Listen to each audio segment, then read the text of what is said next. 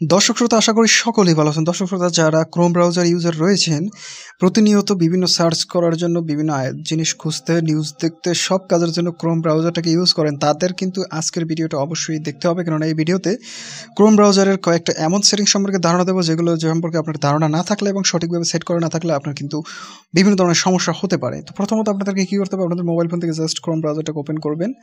তারপরে আপনারা এই পাশে উপরে পেয়ে যাবেন হচ্ছে 3 লাইন বা 3 ডট, এটার উপরে একটা ট্যাপ করতে হবে। দেন আপনারা এখান থেকে পেয়ে যাবেন সেটিংসের অপশন, জাস্ট এটার উপর একটা ক্লিক করবেন। ক্লিক করার পরে দর্শক শ্রোতা আমাদেরকে যেটা করতে হবে, একটু স্ক্রল করে নিচে আসতে হবে।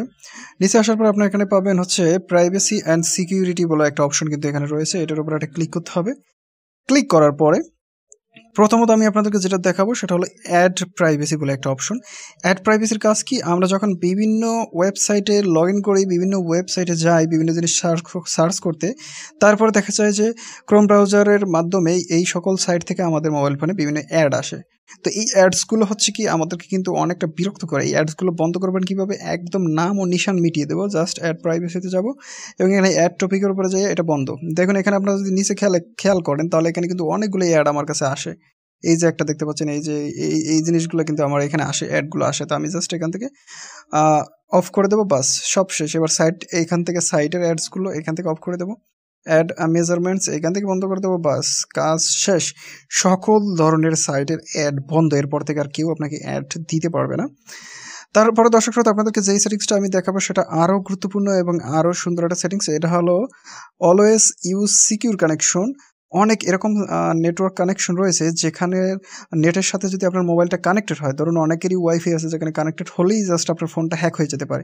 তো সেই সকল ক্ষেত্রে আপনারা কী করবেন, জাস্ট এটাকে অন করে রাখবেন। অন করার পরেই আপনাদের মোবাইল ফোনে কিন্তু এখন আর ওই ওয়াইফাই কানেকশনের মাধ্যমে আপনার মোবাইল ফোন কেউ হ্যাক করতে পারবে না, গুগল সেটাকে প্রোটেক্ট করবে। দর্শক শ্রোতা last but not the least, সবচেয়ে গুরুত্বপূর্ণ যে সেটিংসটা সেটা সম্পর্কে আপনাদেরকে ধারণা দিচ্ছি।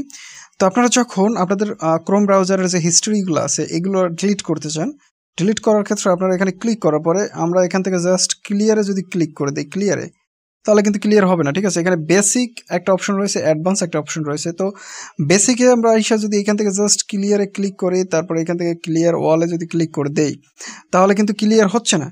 এর কারণ হলো এটা পুরোপুরি ক্লিয়ার হবে না, এটা থেকে যাবে। আমরা অ্যাডভান্সে ক্লিক করবো এবং এখান থেকে যদি এই টাইমে সিলেক্ট করে তারপরে ওয়াল টাইম মানে সব সময়ের জন্য, তারপরে এখান থেকে আমি রেখে দেবো হচ্ছে আমার একটা সেটিংস রয়েছে সেভ পাসওয়ার্ড, এটা রেখে দেবো। এটা রাখার পরে বাকি যেগুলো আছে সবগুলো কিন্তু আমি এখান থেকে ডিলিট করে দেবো, ঠিক আছে।